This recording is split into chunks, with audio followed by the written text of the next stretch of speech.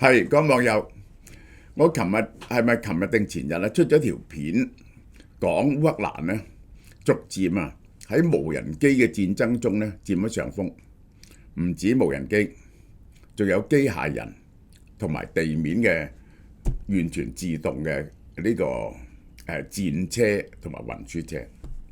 好，呢個邊個嚟㗎？哦，原來屈原嚟喎，呢個係。年年端午啲粽都係一樣，就嚟食到厭啦。屈老爺，今年有啲特別啊，你試下啦。哇，真好好味啊！甘香軟糯嘅糯米，肥瘦相間嘅極品五花腩，仲有清香綠豆。我屈原投江2000幾年，從來未食過咁震撼嘅粽啊！台南傳統粽老腩啖啖肉，至尊惠州粽蛋黃超滿足，棗蓉鹼水粽軟糯添口福，早鳥最低78蚊兩隻，端午齊慶祝。我頂唔順啦，我都要去香港俏貓貓超市掃貨。咁優質又咁抵嘅產品，梗係快啲嚟俏貓貓超市度買啦！係啦，好多謝阿屈原先生嚇，呢個就係呢兩種台南粽、至尊惠州粽呢兩個好出名嘅啦。嗱，我話俾你聽，冇幾多人包嘅啫。今年超特價俾大家，88蚊兩隻香港包嘅個手工，你諗下香港啲手工，同埋保證個用料正啦，冇添加劑啦，冇幾多嘅啫，大家即管訂啦冇幾多真係冇人做啊呢啲嘢，梗係安全啊嘛，起碼好食。好啦，俄羅斯打破復活節停火協議啊，本來話復活節停火，結果就次佢哋都唔遵守停火協議喎。呢一個4月12號，俄羅斯同烏克蘭達成32小時復活節停火，1日08小時。烏軍稱俄方發動28次步兵攻擊，479次炮擊，1792次無人機襲擊。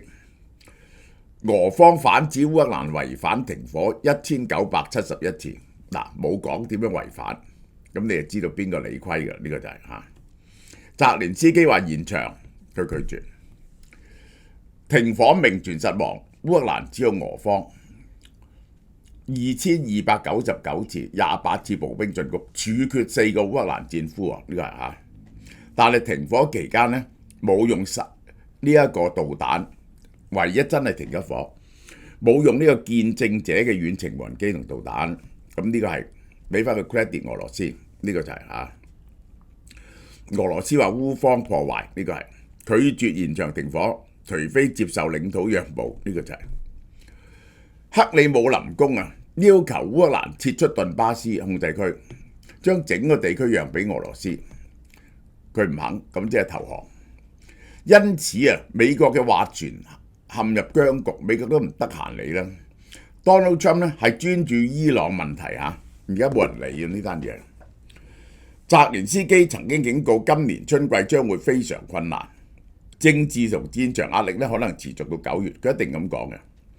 咁事實上，因為俄羅斯較早時期就話會發動春夏嘅攻勢，結果發動唔到。烏克蘭仲有一樣嘢突破，就係機械人。人類戰史上真係第一次由機械人攻佔敵方嘅地方。澤連斯基4月14號，人類戰爭歷史上第一次有敵方陣地冇人幫手嘅，完全由無人載具所奪取。烏軍喺冇步兵參與嘅情況之下使用地面無人車、無人機攻佔俄軍陣地。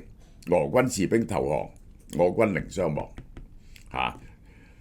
成個 battle 都係用無人機打嘅，無人載具打嘅。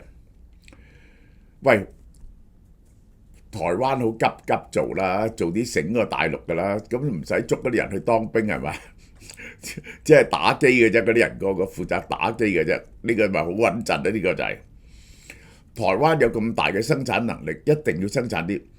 台灣唔夠大陸生產能力犀利但台灣有晶片嘛，係生產一啲醒過佢噶嘛，你知係首季用咗22000次出動，地面機械人，3月比2月增加50%，嗱係急劇增加緊㗎嚇。呢一個4月內使用機械人嘅部隊由67個單位變咗167個單位，好快前線全部用晒，絕大部分用晒呢啲無人載具，呢個係機械人。嗱，首先出現無人機首次捉到嗰啲投降嘅俄兵用無人機，嗱你好投降啦，如果唔係我就打你㗎，就壓住佢哋翻嚟㗎。前線機械人執行2900次任務，已經係11月、1月呢個機械人咧，迫使俄兵投降。首次任務1個月7000次，然後到咗3月9000次，仲救出咗2個戰俘。然後4月機械人攻佔對方陣地，即係咧呢個你知啦。呢一個烏克蘭咧好多工程師嘅，佢哋個軍工底咧好厚嘅。而家咧橫掂冇乜生意好做咧，佢哋集中做呢啲武器就得㗎啦。佢哋做出嚟又平啦。如果供應鏈係大部分喺佢哋度咧，佢哋做得出嚟一定平過你。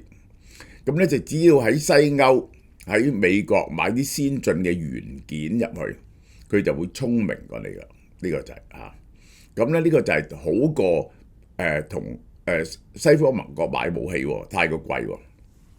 有7種地面無人車7大地面無人車，自殺式嘅反坦克去到爆嘅，運輸偵察車30 kg 履帶式呢個運輸偵察，呢個攻擊㗎啦，ADO 有炮塔嘅去打人嘅，救援運輸250 kg 呢個係偵察運輸偵察，日夜上機。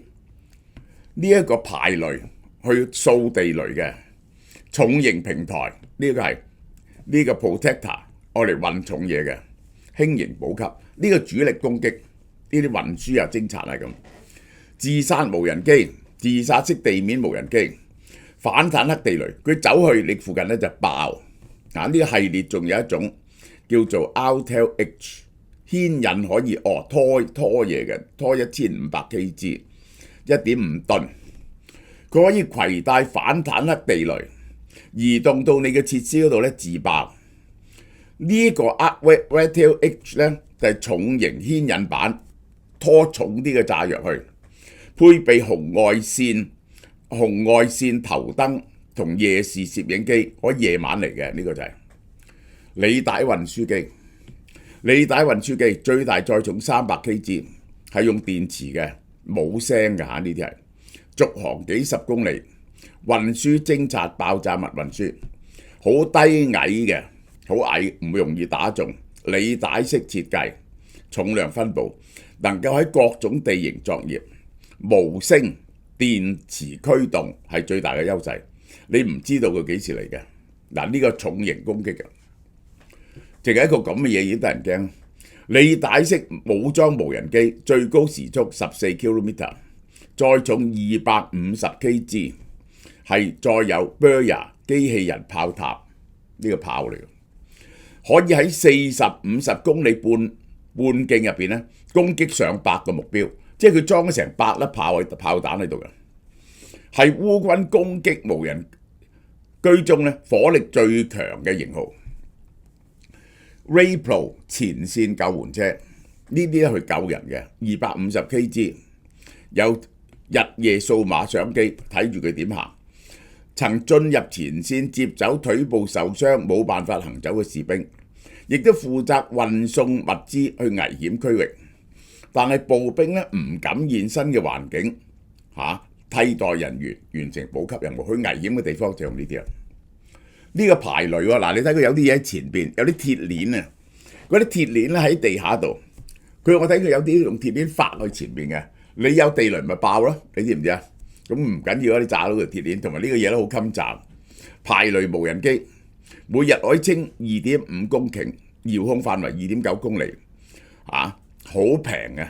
呢個係前線佈滿地雷同未爆彈藥，呢個排雷係最危險嘅，呢個係呢個降低排雷人員嘅傷亡呢，重型多功能車呢個呢700kg係重喎，係用內燃機防爆輪胎，呢個400公里可以行好遠嘅。最重型嘅無人機車可執行彈藥運輸、傷患撤離。嗱呢個呢行呢個車轆防爆車轆，呢個呢就係作中程運輸，唔係喺最前線嘅。呢個係移動電子戰400公里作戰範圍半徑，愛嚟做晒所有嘅運輸嘅嘢。履帶型輕型無人車呢個喺前線嘅，遙距3公里，最高12km，尺寸靈巧，去啲可以過啲窿啊、啲山坡啊啲咁嘢。曾經協助撤離20個傷兵，重量輕。一架普通嘅越野車呢，就可以再運到前線部署，係烏軍最靈活嘅補給平台。有咗呢啲呢，真係少好多傷亡。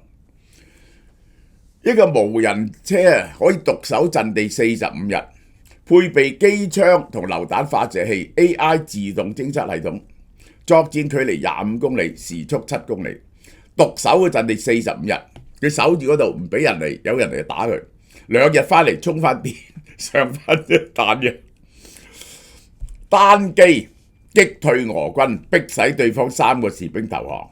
機械人咧唔會流血嘅，呢個係嗱。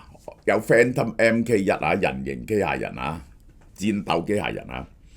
美國 Foundation 公司，我唔識得呢間公司，部署咗2部啊，2月去烏克蘭測試版，5尺9寸高，重約80公斤，用於戰鬥環境，偵察拆彈高風險任務。2027年底咧生產5萬部，台灣做唔做咧？真係離晒譜。即係其實警察都應該用呢啲嘅，年租金10萬美金，用呢啲人喺街度巡邏，再加埋有5G遙控咧，呢個嘅治安咧一定係好好嘅，揾呢啲巡邏。俄方咧整緊嘅，俄方咧整緊呢隻型號有噴火器、重型機槍，可以自己運作5個鐘頭。佢又有一種叫青蛙，又有好低㗎啦，跳埋嚟，自爆式地面車輛。俄軍亦都研究機械人，但係規模差好遠。烏方咧就已經160個單位用機械人啦，俄方咧係零星使用啫。第一季22,000次，每個月增長500個隻，去到已經去到9,000啊，去到過萬㗎，7種以上型號。好啦，24歲嘅阿爾捷姆2023年失咗隻腳。而家佢唔使用步槍作戰啦，佢遙控嘅機械人喺前線打，佢遙控嘅機械人咧負責補給彈藥，甚至救出傷員喺次行動。佢遙控嘅機械人花咗10個鐘頭喺被佔領嗰度救出2個傷兵。當我哋將搭載嘅2個受傷士兵機械人運出危險區域，嗰種激動嘅心情係難以描繪嘅。喺俄軍戰線後邊用機械人，好啦，攻擊嘅無人機比例咧已經係贏咗俄軍1.3比1。當時俄軍係用炮彈攻擊壓倒呢個烏軍嘅，佢哋係曾經去到7比1咁犀利嘅。但而家唔係喎，一拉開咗好遠距離咧，炮冇乜用喎。光纖無人機好重要嘅，光纖無人機點解重要呢？佢唔會受到電子干擾啊。俄國嘅光纖比例高於烏軍，不受電子干擾。3月俄方來襲6400幾架3月烏克蘭向烏克蘭發射咗6462架無人機，138個導彈喎。佢已經冇乜地對地導彈喎，得138個導彈。以前一日都發射咗咁多，透過有條拉住條線喎，好幼啊嗰啲光纖，即係好似放紙鷂咁喎。呢啲無人機係完全不受電子干擾影響，可以飛到幾十里咁犀利喎，可以控制到55公里喎。32% 嘅攻擊無人機咧係用光纖控制嘅，喺高強度電子戰環境絕對優勢。俄軍嘅光纖比例少，差距持續擴大。俄軍係買唔到啲先進嘅部件嘅，呢個係嚇。尤其是大陸都供應唔到啦。如果先進嘅呢個半導體，呢個係好啦。俄國嘅導彈咧差唔多用完啦。3月發射導彈只剩翻138枚。而家俄方剩乜嘢？剩翻一樣嘢嘅啫，就係滑翔炸彈，仲有好多係相當精準嘅，用滑翔炸彈嚟炸烏軍。咁你要制服到佢嘅，等佢啲飛機唔敢飛近先得喎。以前烏克蘭無人機咧，每晚只可以摧毀1個目標，而家可以摧毀4個。俄國嘅軍事博客話防空導彈唔夠，原因之一，佢係 send 咗啲去伊朗嘅，即係我始終咧，我覺得咧，俄羅斯係夠義氣啲嘅，佢真係 send 咗啲嘢去救馬杜羅。又 send 咗啲嘢去救伊朗，中國咧係當冇事發生喎。嗰個咧係大家當時一齊咧斬雞頭燒王子結拜兄弟，有福同享有難同當。見佢俾美國佬打咧，冇事發生。烏克蘭已經摧毀俄方一半嘅潘捷列夫防空系統，好貴嘅要重建 S300、S400，尤其是需要好多電子元件。新一代烏克蘭無人機咧，晝夜都可以運作，幾乎無聲，唔受電子對抗影響。結果咧完全打無人機，即係台灣快啲整啲犀利嘅無人機出嚟啦！用台積電嘅半導體係咪啊？呢個係唔使打人嘅，打無人機嘅，呢個係。烏克蘭空襲摧毀咗俄國40% 出口產能，最嚴重係乜嘢呢？係打咗波羅的海嘅2個港口，呢2個好傷。佢有40%嘅石油咧係由波羅的海嗰2個港口出嚟嘅，出口石油咧就即係好多油庫喺度嘛。你一擊中咗咧，連環爆炸，成個天好似世界末日咁。烏克蘭空襲行動2024年1月先至反攻，遲咗2年。烏克蘭花咗2年調整戰略，設計自己嘅武器。我尋日同你講啦，佢有個海王星火烈鳥導彈、海王星導彈批量生產。2026年3月，佢哋發動嘅空襲同重心已經壓倒咗俄羅斯。烏克蘭幾乎每日晚上發射250至400架無人機，一個月咪呢一個萬幾架，係持續施壓嘅。俄方咧就唔係嘅，砰揾日一批過嚟，因為佢一齊你先至你個防空系統會癱瘓，攻擊得3-4波嘅啫。烏克蘭日日打，好啦，烏克蘭喺中東打落咗伊朗嘅無人機。澤連斯基確認烏克蘭人員喺多個中東國家擊落呢個見證者無人機，派咗無人機作戰專家赴當地支援。我都講啦，係用呢個 FPV 無人機，第一人身嘅呢個係協助真正運作嘅現代防空系統。呢個係實戰嚟嘅，一去就打噶啦。呢個就係愛國者導彈370萬美金每次發射，呢個見證者咧就5萬蚊美金。烏克蘭做嗰啲咧6000蚊，佢話咧最前者有啲係1000蚊嘅啫，好簡陋嘅，用膠紙貼埋都得噶。呢個係好啦。烏克蘭咧承認，如果有資金支持咧，台灣快啲去咧，每日可以為伙伴提供1000架攔截型無人機。呢個台灣應該訂10萬架，10萬架都有限錢嘅啫，6億有10萬架呢個攔截無人機，訓練咗幾千個人去揸，咁就得噶啦。呢個就係澤連斯基話，烏克蘭方案比伙伴國目前用嘅任何方案更加平。喂，烏克蘭全民做武器啦，你俾幾百億美金佢又有飯食。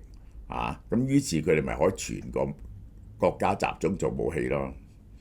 烏克蘭獲得防禦俄羅斯同攻擊能源設施嘅武器、石油、柴油同嘅財政支持。我哋協助強化佢哋嘅安全，而換嚟對我國韌性嘅貢獻，好過俾資金。大家係一個合作。4年戰爭嘅反無人戰機經驗係任何國家冇辦法喺演習中獲得嘅。即係你打交咧，你唔打過落場打過咧，你完全係紙上談兵嚟嘅。烏克蘭軍隊啊，係對呢個見證者攔截效率啊，超過任何防空系統。用6000蚊美金嘅無人機截5萬蚊嘅見證者導彈，成本1:8。相比愛國者導彈咧，更加唔使講啦。呢個就係烏克蘭已經唔係單純嘅軍事受援國，佢就嚟變咗個軍事大國㗎啦。如果打贏咗俄羅斯咧，佢變咗世界上第4大軍事國家㗎啦。呢個係啊。好啦，德國總理默茨喺柏林接見澤連斯基，全面雙邊無人機協議，生產無人機。即係以德國嘅生產力嚟講啊，大力去生產啊，邊度使驚俄羅斯啫？美軍咪撤走咯，係嘛？整1000萬架無人機喺度守住咪得咯？呢個就係呢個德國援助40億歐羅嘅防禦系統裝備，然後嗰900億呢，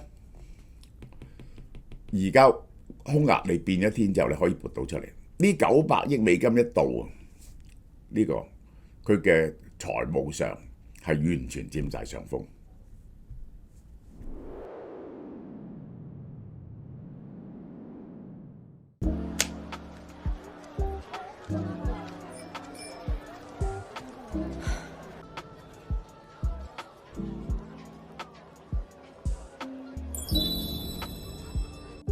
你係邊個？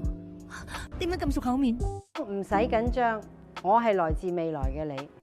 唔好呃我啦，幾十年後仲 keep 得咁好，呃鬼食豆腐咩？要維持豪放嘅底氣同美麗，全靠我日日都食呢一隻韓國 Hankook Life 賢健逆齡配方。佢唔單止有 NMN， 仲結合咗白藜蘆醇同亞精胺，組成抗老鐵三角，效能提升超過1.6倍。仲可以將歲月痕跡洗走。配方入面有 TMG 同維他命 C 組成身體排污隊，幫細胞清理廢物，清走廢物 NMN 先可以極致轉化吸收。咁犀利！等陣拍下一場之前，我要食一粒先。咁優質又咁抵嘅產品，梗係快啲嚟俏貓貓超市度買啦！好啦，嗱，而家有嘢送啊！1880蚊，第一盒8折，第二盒7折，送3樣嘢。呢個呢就係乳香膠健胃益生菌。我哋呢輪呢係大力推薦你試下乳香膠，所以咧全部都有乳香嘅。乳香關節軟骨素、微膠原蛋白，或者白乳香爽膚棉、白乳香精華液、純素防曬霜，3樣揀一樣。如果喺網度買呢，就一定係送呢個，1300幾蚊食2個月。嗱，我哋再睇下個配方。早一輪呢，我先講過，我用一條專業俾你。呢個就係 David Sinclair， 係世界上抗衰老嘅最權威嘅專家。呢個就係哈佛大學嘅常任教授。佢呢 NMN， 佢先發明咗食 NAD+， 即係同佢研究嗰啲幾個得到諾貝爾獎。佢一日食1000 mg 嘅，而家我哋俾450 mg 嚟。白藜蘆醇咧又係佢主張嘅，可以話俾你聽。亞精胺咧又係呢個係獲得2016年諾貝爾獎，細胞自噬嘅嚇。大家睇下佢嘅研究，睇下佢嘅訪問。佢而家咧有一隻藥咧係拎咗去做人類測試啦，係可以令到所有人咧返老還童嘅。但 meanwhile， 你就食住呢啲，係完全係抗衰老嘅最高級研究出嚟。我哋呢個劑量係全香港第一嘅，沒有之一。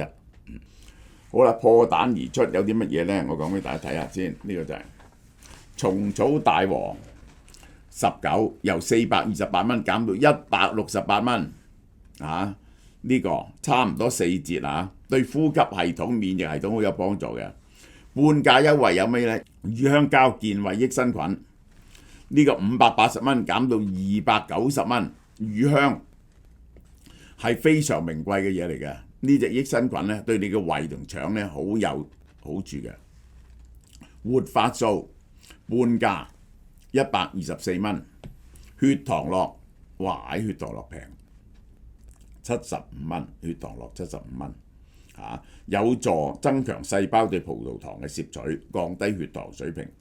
優惠期咧，呢4樣嘢咧係4月嘅優惠，就係、蟲草呢、個乳香膠益生菌，呢、一個活發素同埋呢一隻呢一個係血糖樂75蚊，係新低價嚟，好嘛？大家多多支持。